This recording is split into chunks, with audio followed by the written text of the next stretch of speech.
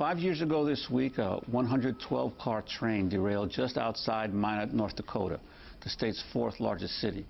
The accident occurred shortly before 2 in the morning on January 18, 2002. Minutes later, the train's conductor called the local emergency dispatch. 911, what's the emergency? Is this Minot dispatch? Yes, it is. We got an emergency, just had a derailment, and we've got an explosion. Oh, it's around Teresito Vallejo, CP rail. We just had a derailment, and we've got an explosion. Over. Okay. Do you know what kind of chemicals are on board, sir? We've got hazardous material, and I can smell stuff now. The tapes we are playing for you today are a national broadcast exclusive. 240,000 gallons of anhydrous ammonia leaked out of the train, producing a vapor plume that floated over the town. Limited exposure burns the eyes, the skin, and the lungs. Larger doses can shut down the human respiratory system. The chemical leak in Minot, North Dakota ended up killing one person and hospitalizing hundreds. But questions remain to this day over how the crisis was handled and the role played by media consolidation. The radio giant Clear Channel owned all 6 commercial stations in Minot, North Dakota. None of them broke into regular programming to provide emergency information to the city's residents. After the town's emergency alert system failed, local officials tried to call the stations, but no one answered. The stations continued to play music piped in from out of state. The sociologist Eric Klinenberg examines the tragedy in the opening of his new book, Fighting for Air, The Battle to Control America's Media. He traveled to Minot, North Dakota, and obtained the 911 tapes from that night. 911, what is your emergency? Well, I'm wondering about this anhydrous.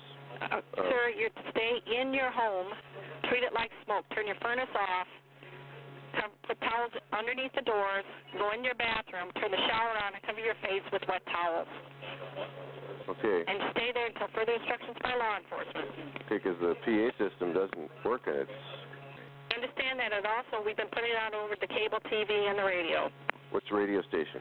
All the radio stations, sir. I have had it on. I haven't heard it once.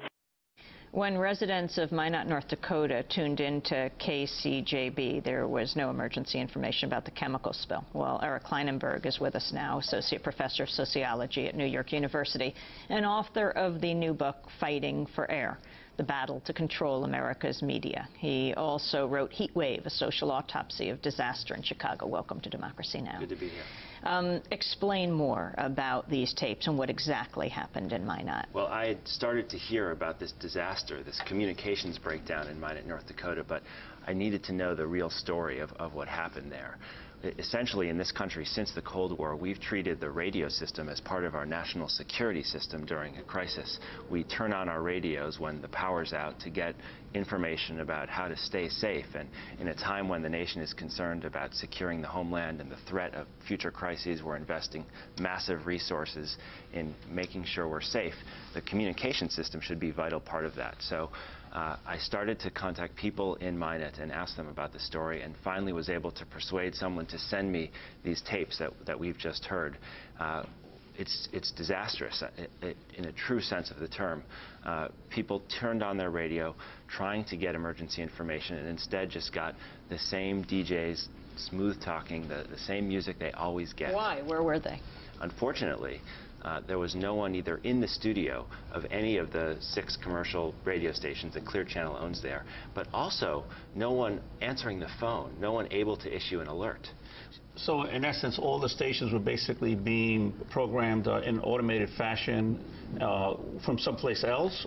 That's right, and Minot was not alone in this respect. One of the major changes in the radio industry in the last 10 years is that we've seen the emergence of enormous consolidator companies. It used to be the case that there was no company that could own more than 40 stations in the country.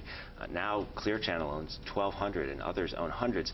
They've replaced live local talent, DJs, talk show hosts, programmers, with automated programming, oftentimes faked to sound like it's local, even though it's programmed in a remote studio thousands of miles away.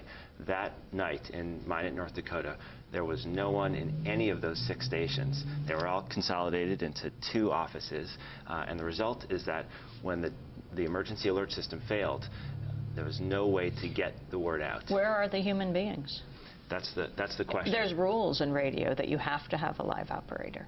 Well, Clear Channel insists that they had someone in the studio or in the office that night. I probed. I asked Clear Channel executives, who was there. They wouldn't give any information. I had one person in Minot tell me, a Clear Channel employee, we had someone there that night, and they were so flooded with phone calls of people saying there were problems that every time they tried to call out, they found they couldn't. And my response to that, well, if someone was there getting so many phone calls, why didn't they go on the air, any of the 6 stations, and issue an alert?